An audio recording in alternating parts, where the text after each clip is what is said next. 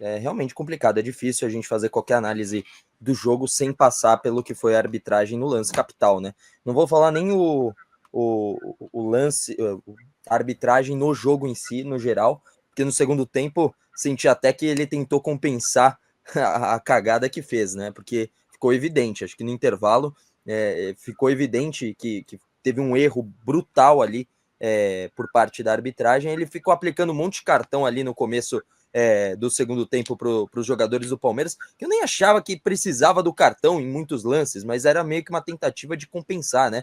Mas o estrago já estava feito, né? Quando você coloca um lance capital como um pênalti, né? Da forma que foi, e aí a gente vai ter também, certamente, o áudio aqui para mostrar para a galera daqui a pouco, mas o escárnio, né? A gente pode e deve falar do jogo, pode e deve falar das escolhas do Zubeldia antes, durante a partida, como se portou a equipe, mas é inevitável que um lance como esse acaba interferindo ao longo do jogo. Seria uma loucura, tá? Chegar e falar, bom, o São Paulo, ele tem que ser analisado sem essa parte do VAR, sem o que aconteceu, ou por exemplo, mas se não tivesse rolado o gol, o São Paulo faria tal. Isso fica no nosso imaginário. É difícil, a partir do erro que gerou tudo aquilo, tirar alguma conclusão, né? Não se sabe como seria a postura do São Paulo, não se sabe como seria a postura do Palmeiras no segundo tempo em que tivesse 0-0. Enfim, resumo da ópera, uma vergonha a arbitragem. Eu vi muita gente falando que foi algo premeditado. Eu não acredito.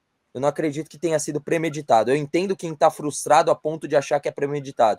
Eu só acho que a arbitragem no Brasil em geral, não só em São Paulo, é ridícula, é fraca, é pouco profissional, e que tem ali apitando, ou levantando a bandeira, ou no computador ali no VAR, pessoas que viram na arbitragem uma forma de não passar fome, porque são incompetentes em tudo que fazem, e lá eles podem ser incompetentes que vão continuar participando. E outra, eles recebem muito bem por jogo, muito bem.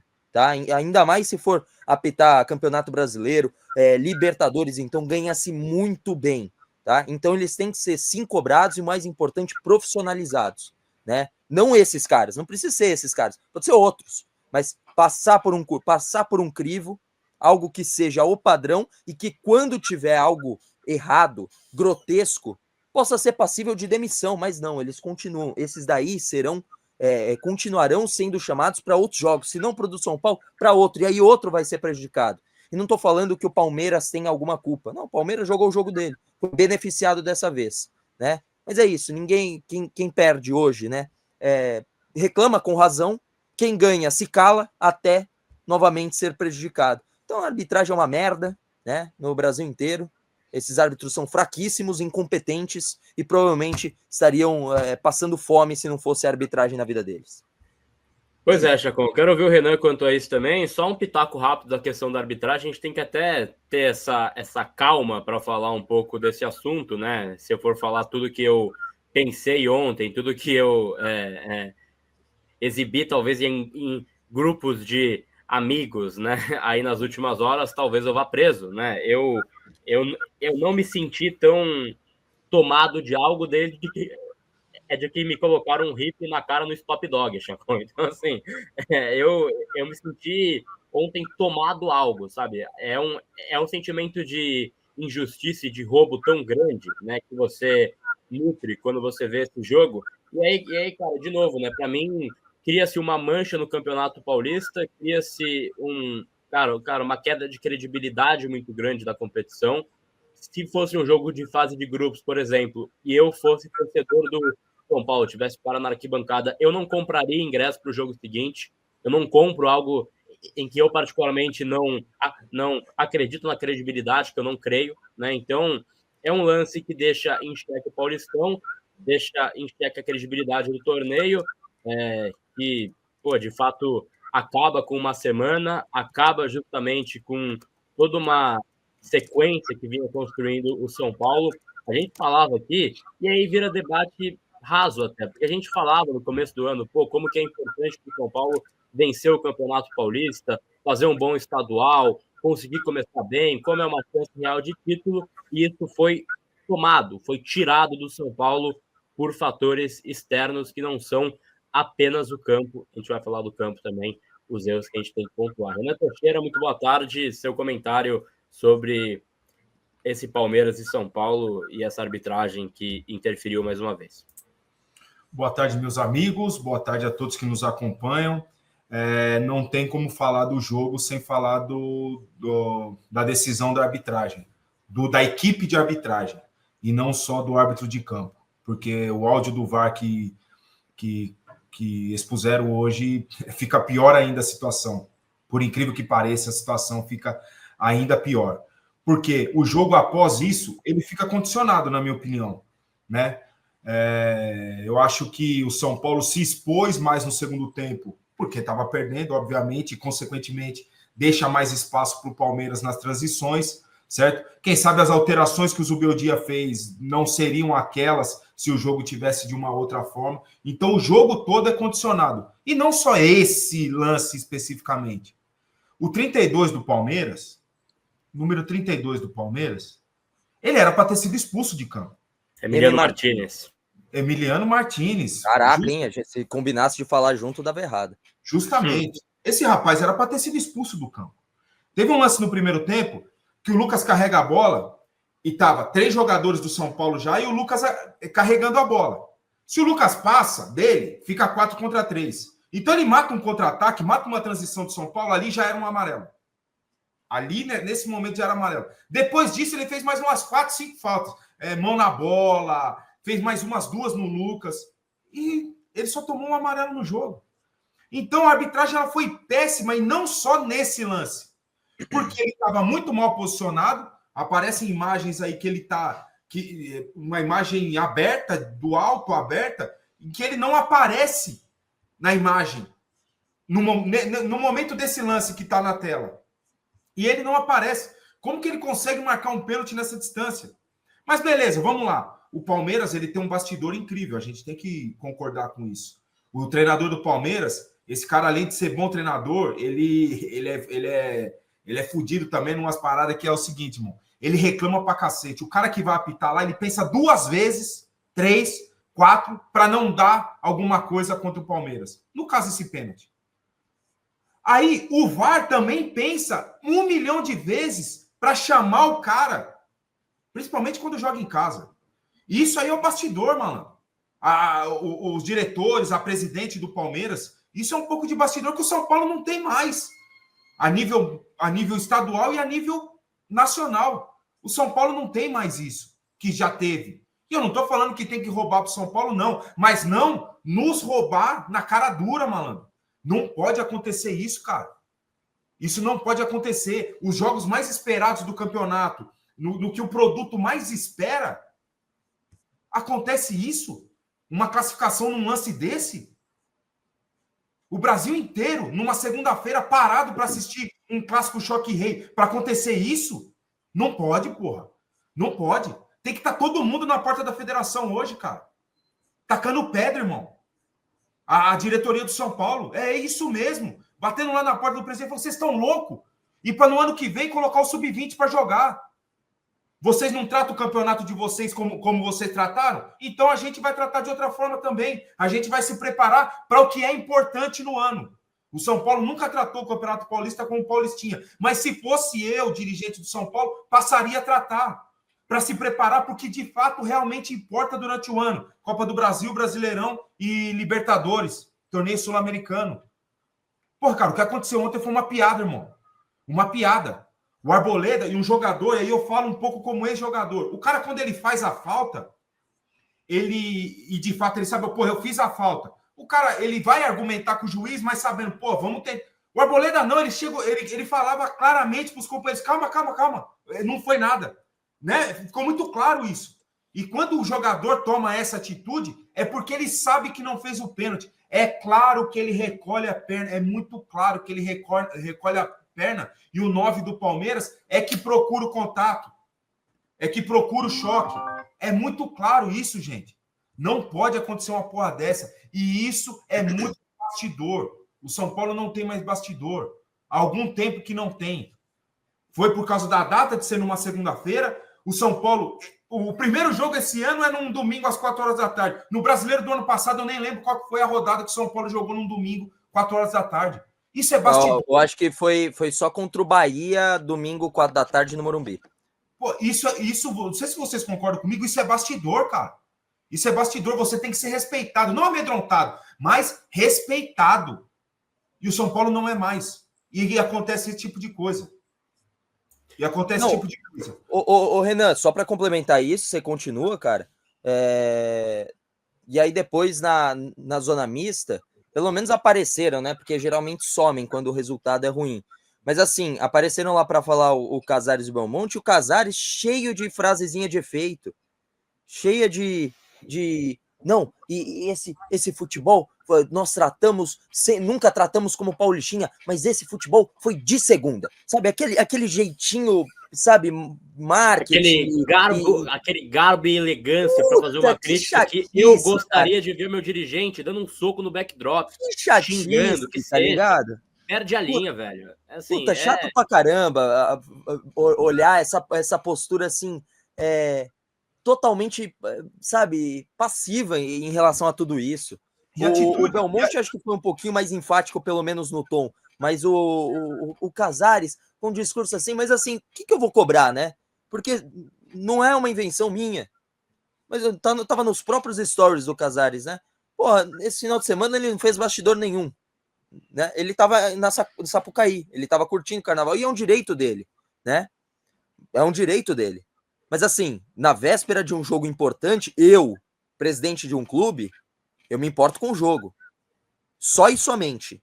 Só e somente, né? Bom, a gente vai trazer as aspas do Júlio também do Carlos Belmonte, mas quero colocar na tela o vídeo que mais me gera indignação, que é a análise do VAR para o pênalti que a gente discute. Vamos ter Gabriel, um minutinho só, por favor, um minutinho só, claro. Porque senão eu vou esquecer, mano. Minha cabeça tá ruim pra caralho, eu vou esquecer. Porra, e a Federação Paulista depois, porque é ela que cede as imagens para todas as emissoras que transmitiram o jogo. Porra, eles querendo mostrar toda hora um vídeo invertido de lá da lateral da casa do caralho lá, invertido, para mostrar que foi pênalti. Gente, era mais nítido ainda que não foi pênalti, bicho. Vocês repararam nisso daí? Lance verificado embaixo. É brincadeira. Lance checado. Todo mundo é tonto. Não, e um outro ponto importante. Um outro ponto importante que eu lembrei, até escrevi há pouco no Glorioso X, né? E vamos lembrar que no Conselho do São Paulo Futebol Clube tem gente que ficou feliz com o resultado de ontem. Só para relembrar aqui que temos no Conselho Deliberativo do São Paulo Futebol Clube pessoas que estão felizes com o resultado de ontem. Não a derrota do São Paulo, mas a vitória do rival.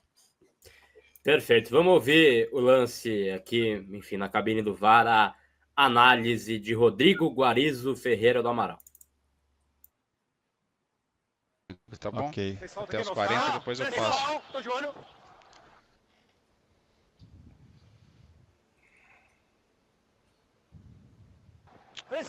Atenção. Pode impedimento. Tá.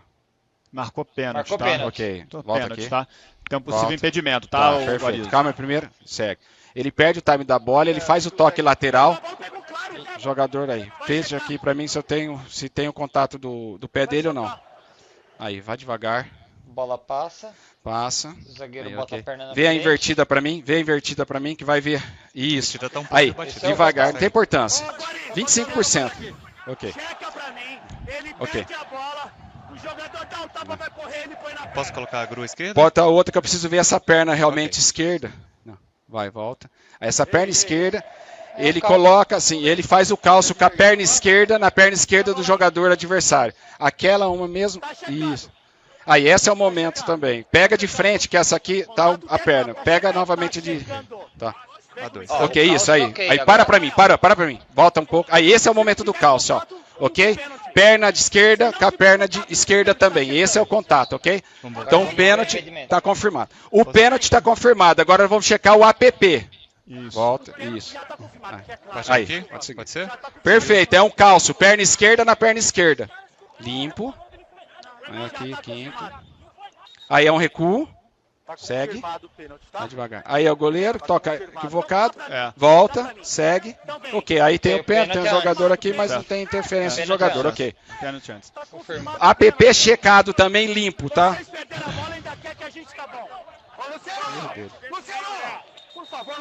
Tudo checado, penal, confirmado.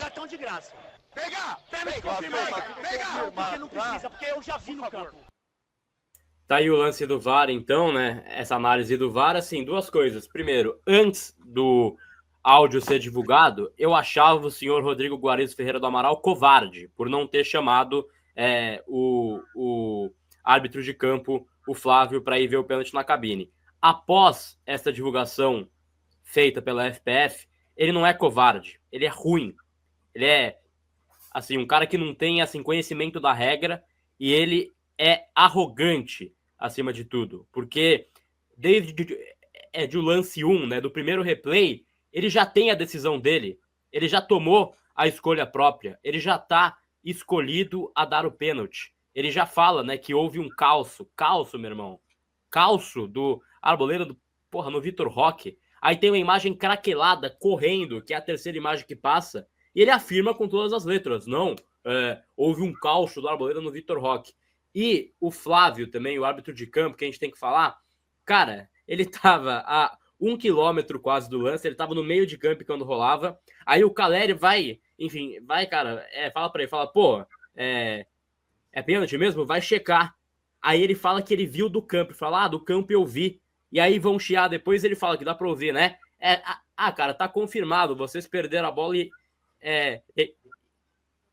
enfim, querem que a gente faça o quê? Tá bom, tá? Depois ele fala algo assim, tem aqui a nossa descrição também, a nossa transcrição, mas aí ele fala, tá bom, tal, e depois ele muda o assunto. Mas assim, ele falar que ele viu do campo esse pênalti, Renan, olha onde ele tava no lance, velho. A gente vai até pegar aqui a imagem, a gente não consegue ver ele aqui no lance. Enquanto rola, ele não tá no campo de visão, ele tá no meio de campo. Então assim, cara, como é que você olha pra isso e fala, tipo assim, porra, eu vi do campo, eu tenho uma decisão dessa. Do campo pode até ser que você pense que foi pênalti, mas acima de tudo, não é só que eles são ruins, eles são muito ruins, eles são péssimos no que fazem.